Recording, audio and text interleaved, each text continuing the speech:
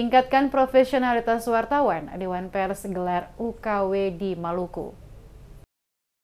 Dewan Pers RI menggelar uji kompetensi wartawan atau UKW bekerjasama dengan Persatuan Wartawan Indonesia Provinsi Maluku. Sebanyak 36 peserta dari kalangan wartawan muda, madya, dan utama sebagai peserta dari 11 kabupaten kota di Maluku.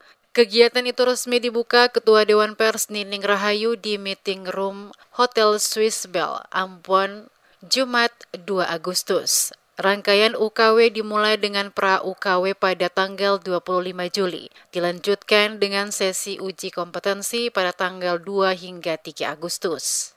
Nining Rahayu menyampaikan harapannya agar kegiatan ini dapat memberikan pengetahuan yang bermanfaat bagi semua peserta. Ia juga mengharapkan agar semua peserta dapat meraih kelulusan dalam setiap jenjang. Dengan demikian, UKW ini diharapkan dapat memberikan manfaat besar bagi peningkatan kompetensi wartawan di Maluku. Karena ada 4 prinsip kerja pers yang harus dipegang teguh. Yang pertama, demokratis. Memberi kesempatan bagi siapapun yang tidak setuju pada pemberitaan untuk meminta hak jawab. Yang kedua, yang ini juga sangat penting, profesional. Profesional itu apa? Cover both side, akurasi, nggak cuma fakta. Opini digiring berdasarkan apa?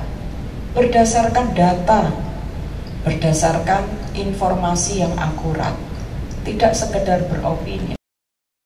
Uji kompetensi wartawan di Kota Ambon diikuti 36 orang wartawan selama 2 hari, yakni mulai tanggal 2 hingga 3 Agustus 2024.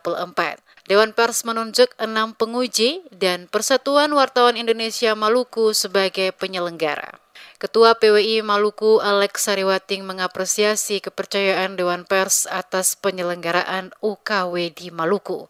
Disebutkan UKW bukan sekedar program unggulan organisasi, tapi tolak ukur profesionalitas seorang wartawan dalam menjalankan profesi kewartawanan.